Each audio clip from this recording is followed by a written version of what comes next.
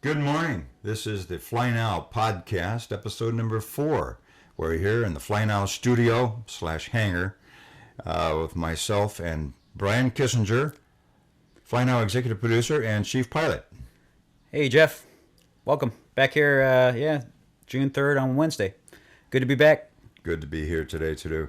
It's not much of a good day for flying, so it's a great day to be in the studio / hangar talking about aviation and talking about flying. Yeah, good day to be doing something, right? Yeah, doing anything. Yeah. So, after I've had a couple of cups of coffee, I'm feeling a little bit talkative. I think we have a pretty good subject matter to talk about today. Yeah. A little bit higher than, your average hangar talk. But why don't you go ahead and give us an intro to what's on your mind? I know we were thinking about it, kicking around earlier. Our first podcast, I think we talked more about the concept of what we were trying to do with Fly Now, the movie, flynowmovie.com, of course. It's a follow-on in a way, but not really. It's a totally new concept to the book, Life Short, Fly Now, that we finished in 2014. And this is really I think a much more broader, bigger concept. If one was to look at, I know you and I had a personal conversation before too, and we wanted to make sure the viewers see this. Look at like Maslow hierarchy of needs, which if you look at Maslow, who he was a psychiatrist, psychologist back in the 40s that did a Maslow hierarchy of needs, like a pyramid. And at the very top of that was self-actualization. For the viewers, can you spell the name Maslow in case somebody wants to look that up? Yeah, M-A-S-L-O-W, Maslow. Maslow. So, and it's Abraham Maslow. He was a doctor, psychologist, psychiatrist. And, big work. If anybody ever studied even Psychology 101, you would see that. But it starts out with your physiological needs at the bottom, what you need to sustain life, to live, and then safety, love and belonging, above that, and then esteem, things that we probably are used to as humans, man, women, humankind. Titles, where you fit in, like the typical cocktail conversation, hey, what do you do? I'm an aviator. I'm an aviator, I'm a doctor, I'm a business person, I'm a whatever, a dishwasher, whatever you are. And people sort of rack and stack, where you're at in life. But I think what we're trying to do here is much more bigger than that. It's that self-actualization. And like what Aristotle said, he said the key to any man, human, is to be happy and to self-actualize also. So it even goes further back than just Maslow in the 40s. And if I can be so bold as what we're doing here in 2015 also, as a self-actualize. And not just you and I, but everybody that's in the movie or in the movie project. And we've had several people on the show already, and we'll continue. I know we got one today. I don't know if you wanted to talk about them too already. Let's hold off on that a little bit. I do have a couple of questions about self-actualization, if I can spit it out. It's a big word. Yeah. Big meaning. Yeah. But it goes back to happiness, I think. Yeah. I mean, the pyramid that you spoke of, starting with the physiological needs, our health and well-being, the safety, a roof over our heads, love. Everybody needs a little bit of that loving feeling. That's why people are so attracted to being married and raising a family and so forth. And happiness, I think, along with the top of the pyramid, when you say self-actualization, doesn't that not include a bit of happiness? What it takes to make us happy? Sure. And for some people, it's different things. Some people, like, for instance, might be a race car driver. That makes them happy to be a race car driver. Right. Some people, like most of us, pilots or aviation or being involved with aviation makes us happy. So is there something deeper than that, though? I think, can this push us, just talking about, in our case, it's aviation that we're talking about, can this also, though, push us in any situation in life? What we're talking about doesn't have to pertain just to aviation. I think it can pertain to life in general. Yeah, definitely. I know, when we started this in the very first podcast or episode that we had, we talked about, and the great quote from Paul Pober, which I think you probably took a picture. We have his picture up there, EAA #1 autograph, which I know quite a few people have that. he always said that it's more about the people than the airplanes. I've heard a lot of people said, well, if I had $1 million, if I won the lottery, if I had a Pitts, if I had a fighter jet in my own hangar, then I'd be happy. Really? I mean, probably not. Maybe you might be happy for that time you had the flight, but it's about community. It's about people. It's about, like you said, it might be being married, being happy with your family. I'm very happy to be married to Christine Mara Kissinger now. Want to make sure I got that in. I forgot to get it in on one of the other episodes and was reminded about it. So, and that's moving up the pyramid, if you will, as Maslow said. But like Aristotle said, just be happy, and only we can define that. And I know I'm happy here with the project that we're doing, because it's not about me, it's not about you, it's about everybody. So I know Paul Visk is here today. We shot him before, and one of our, it's going to be part of the movie project, but people are sending us music. People are sending us pictures and videos. We had some people jump out of an airplane not too long ago. That's going to be included in the project. Willingly jumped out on purpose. Yeah, Perfectly good airplane. He just jumped right out of it. Right.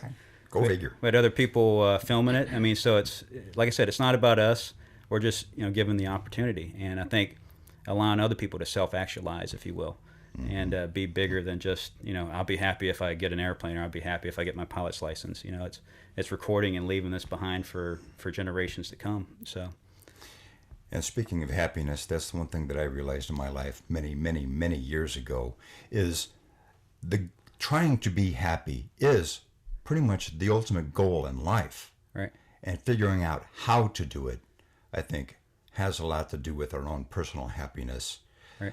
And for those lucky enough to do it, I have found that it doesn't matter how much money we make, or what we do as a job, or how we make money, how we make our living, how we sustain our body. It's how we do it, not how much we do it, but how we do it. I think that is the goal, part of the answer to making us happy. Right. So, right. To self-actualize, I still can't say that word. That's all right. We'll call it essay. We'll call it essay. It's like situational awareness, self-actualization. Yes. Something that as pilots we like to keep in mind, situational awareness. Very, very key. Yeah. And soldiers, we have to. I think that's learned number one as soldiers. But it's sort of the same. Essay, situational awareness, and I'm having a hard time saying it too. Self-actualization. You got to be aware of it, like happiness.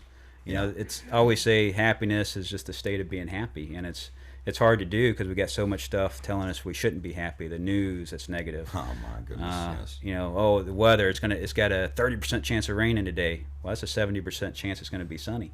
You gotta think on the bright side, the sunny side. It's a cup half full or half empty. Right. Just need some more wine or beer or water or whatever you're drinking. So fill it up.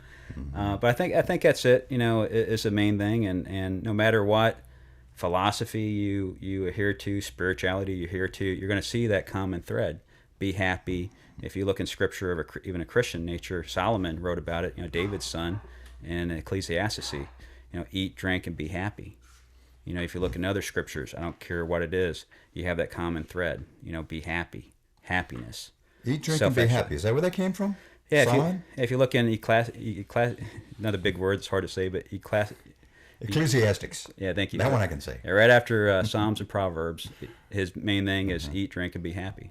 And he was supposed to be the wisest and richest man who ever lived. So, take it for what it will. But what we're doing here is trying to be happy, self-actualize, and help other people do the same thing. Speaking of other people, we have a guest today, Paul Voorhees, former Marine, now an airframe power plant mechanic. So do I need to talk real slow? Marine. Uh-oh. He's just on the other side of you there. I know. Be careful. For He's a big whack guy, on the too. Head. Yeah. No. Okay, so we're going to make an edit here. Bye-bye. All right. Hello, guys. Morning. Hey, morning, Paul. Back here live with Paul Voorhees in the studio here, Wednesday, June 3rd, 2015. And Paul, if you don't mind, go ahead and introduce yourself. Yeah, my name is Paul Voorhees. I'm a AMPIA and a pilot. Former Marine. Used to work on F4s. Now, Paul, is there really any former Marines? I've heard different things. There's former Marines. There's no ex-Marine. Okay, no ex-Marines. Okay. Former active duty Marines, is that how it goes? Yeah. Okay. Exactly. So where all did you get a chance to serve at in the Marine Corps? I went into the VMFP3, which was a photo reconnaissance squadron, just as they were ramping down. Okay. And so I wanted to go overseas, but they quit sending my unit overseas right when I got in there. Okay. So I ended up staying in California, Yuma, Arizona. We did the Panama Canal crisis from Yuma, Arizona. Okay. And then Marine Corps Air Station Beaufort, South Carolina, and Millington, Tennessee. Okay. So And what airframes again did you guys fly on? we flew the RF-4B, the photo recon version, Okay. Marine variant of the photo recon F4. So for the viewers, the RF-4, it's a Recce Fighter 4, and Right. the B is just the model that came out. Exactly. The Air Force flew the RF-4C model. We Okay. flew the B. All right. And what was some of the main equipment that you guys had on it that you maintained or worked on? I worked on anything airframe. Airframe. Okay. Sheet metal, flight controls, you name it. All right. Any big stories that stick out in your mind back when you were working on the F4 or the RF4? Yeah, well, one is I wish I still had the video, but it was in Korea of the F4 going in, and we had photo flash that shot out of the back. It was like chaff or... Sure. Yeah, for anti-radar. But anyway, yeah, so it was a nighttime photo run at 600 feet. And they had one of those white phosphorus cartridges misfire. Went inside, caught the tail of the airplane on fire. Oh, wow. They were at 600 feet. And I had a video of it because it was a simulated training mission. But the airplane rolled like this, rolled inverted, and then they ejected. Inverted at 600 feet, and they both lived. Wow. And was that before the, was it the Aces 2 seats where it comes up, or they, I'm not sure how that works out. Did it right themselves, or they just got lucky, or? They got lucky. Yeah. They got lucky. Oh, okay. The parachutes caught. They had about one full swing, and they were on the deck. Okay. And it was. Lived to tell about it. They lived to tell about it. Right. So now, general aviation for you, did you get in that before the Marine Corps or after, or how did that work, or during? I knew ever since I was in 6th grade I wanted to be an aircraft mechanic and a pilot. Unfortunately, where I grew up, there were no general aviation airports anywhere nearby. I grew up in the mountains in Colorado, nearly 9,000 feet above sea level, and there just weren't any airports around. Yeah. So I flew models, and I knew I wanted to be in aviation. Right. So I got into general aviation. The first time I took a flight in the Cessna 172 was at Marine Corps Air Station El Toro. And I took off, and on the parallel runway was a flight of F-18s taking off at the exact same time. Wow. They had a little bit more power, huh? Yeah, they beat me down to the end of the runway. That's pretty good. So did you get your license there, or work towards it, or how I worked towards it in the Marine Corps, and then I got out in California, and I went to college to get an A&P. And I was at Chaffee College, and they had an aero club. And I joined the aero club, and I finished getting my pilot certificate out in Los Angeles. Right. So, Because today, I mean, for the viewers, I mean, you're A&P, airframe and power plant mechanic, and IA inspector authorized, and you teach in a lot of places in St. Louis, college, high school levels for the A&P programs, and it just, sort of where you get from there to here, if you could maybe explain to the viewers how you got there. I mean, it's a big path, a very successful path, but maybe if you can help for the young viewers out there, how they could maybe do that too. well, I started out after the Marine Corps. My first job, before I even went to college, was working on C-130s, turning them into firefighting tankers for the state of California. And one day, right before Thanksgiving, they lined everybody up for a company meeting, and they said, everybody with an A&P, go over here. And everybody without, you can go home. They laid everybody without an A&P off. Wow. And I'm like, wow, I better go get my A&P. So that's when I enrolled in Chaffee College and got through that program, went to work at a flight school. I was offered a job at United Airlines, and I wanted to work on the general aviation airplanes and the ones that I flew. And so I turned down the job at United, and I stuck with prop jobs, single engine, twin engine airplanes. Right. So I worked at flight school, and then went from, they had 40 Pipers on their flight line. They were the largest flight school west of the Mississippi. I got a lot of experience on fixing general aviation aircraft right there. Then I ended up moving back home to Colorado after several years of doing that. And I worked on a fleet of aerial ambulances in Cessna 421s. And they were flying, people out of the mountain towns, and they'd fly them down to Denver. Like Grand short Junction. hops from the little towns down there. Right. They preferred to use fixed-wing aircraft on longer hospital flights. Right. Because they're a lot faster than helicopter. Sure. So I did that, and then, they went out of business. That's one of the drawbacks of general aviation. Right. Sometimes you have ups and downs. And I went to work at another flight school, fixed base operator in Fort Collins, Colorado, worked there, and ended up moving from there to St. Louis, working for Midcoast. And then they had a round of layoffs. I worked at Flight Express, and they ran checks and other bank documents in the nighttime, flying Cessna 210s and Beechcraft Barons. And that was I know that's probably around the time that we met, maybe Flight Express. But that was an interesting business, flying, like you said, checks, and that's sort of a dying dinosaur, if it's not already completely gone, business. But maybe you can expound on that. And I mean, they had to fly checks in any type of weather, right? Oh, to yeah. Get them there overnight. They were flying single pilot IFR in single engine aircraft in most cases. And what that means is it didn't matter what the weather was.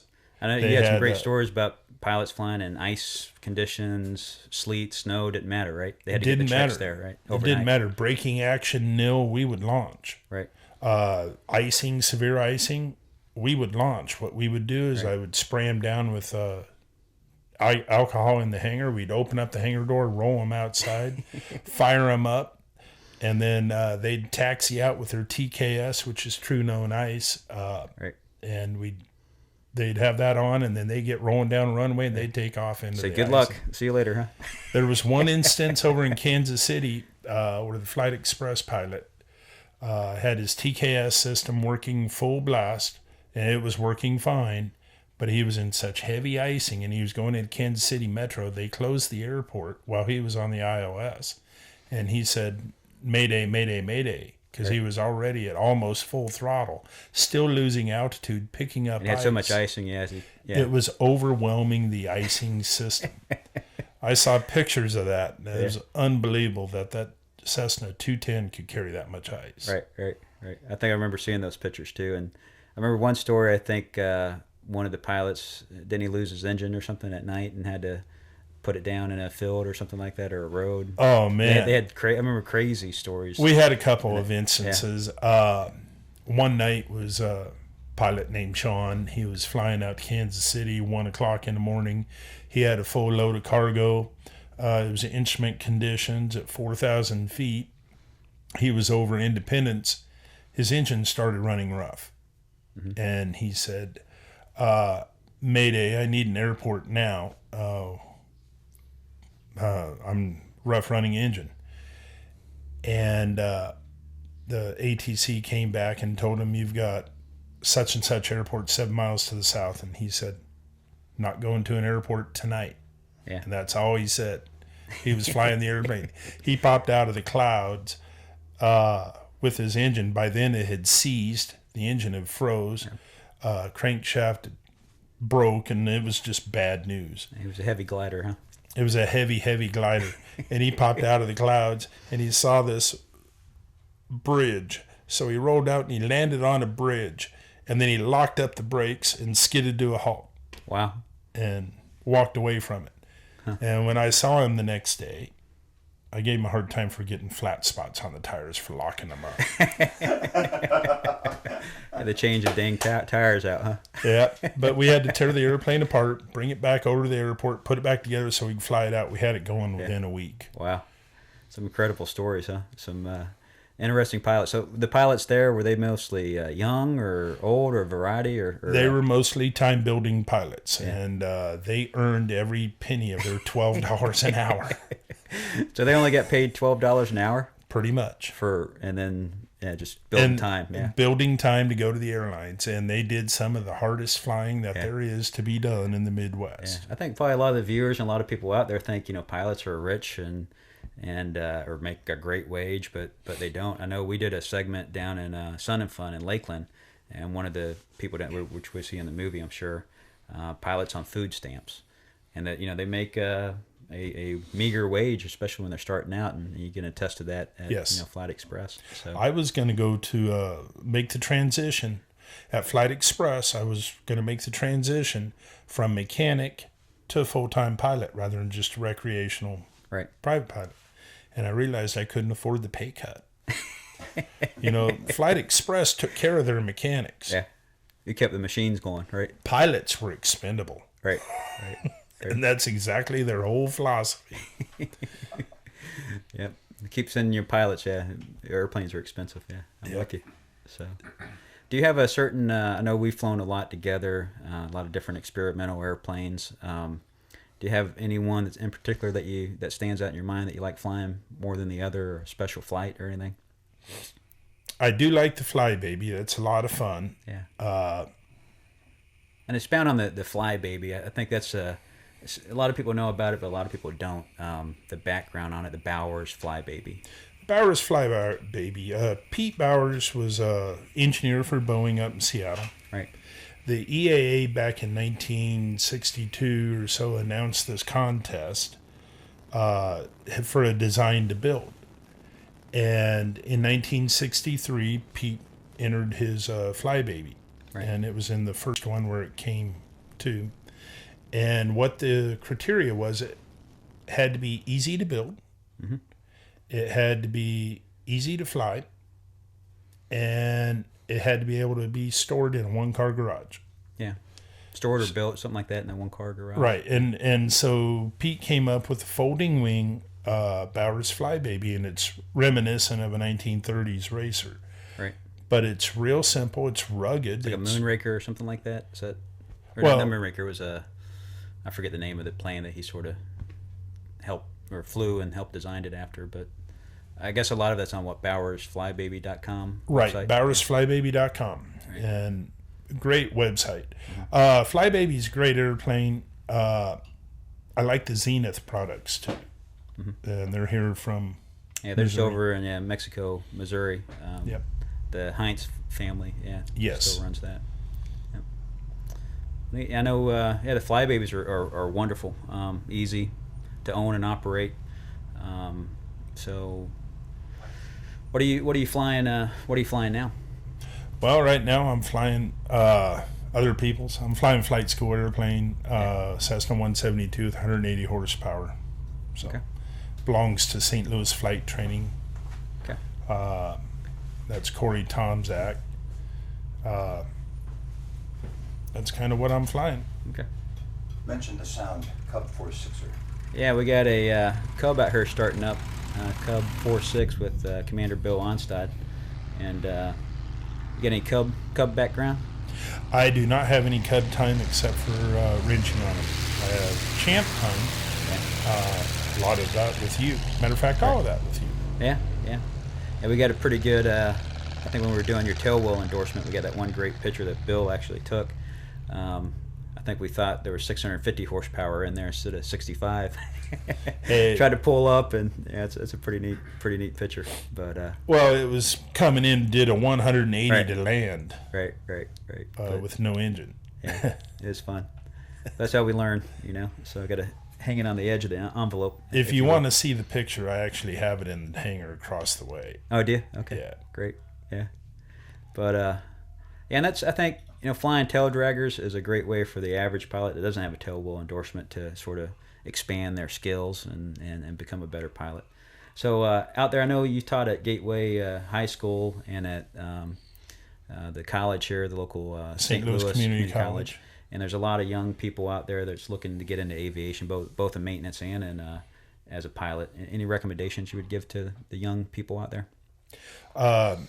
Aviation is growing, and if you're mechanically inclined, aviation maintenance is a real good career. If you're wanting to fly, there's a huge demand for pilots. Right. And my advice is just to keep going every day. Keep going. Look into your local colleges. If you're in the St. Louis area, look at St. Louis Community College. They have the aerospace program. They have an A&P program, which is affiliated with St. Louis public schools. If you're wanting to go on the Illinois side, SWIC, which I'm also a substitute teacher there. Right. They have an A&P program here, and it's a wonderful program. SWIC also has a pilot program, and it's done out there at Belleville, and it's a fraction of the cost of some of the other programs in the country. And it can be done. Don't ever let anybody tell you don't do it. Right. You know. Okay. We'll go ahead and wrap up now. And thanks a lot for coming on the show, Paul. And I'm sure we'll see you around the airport. You bet. Yeah.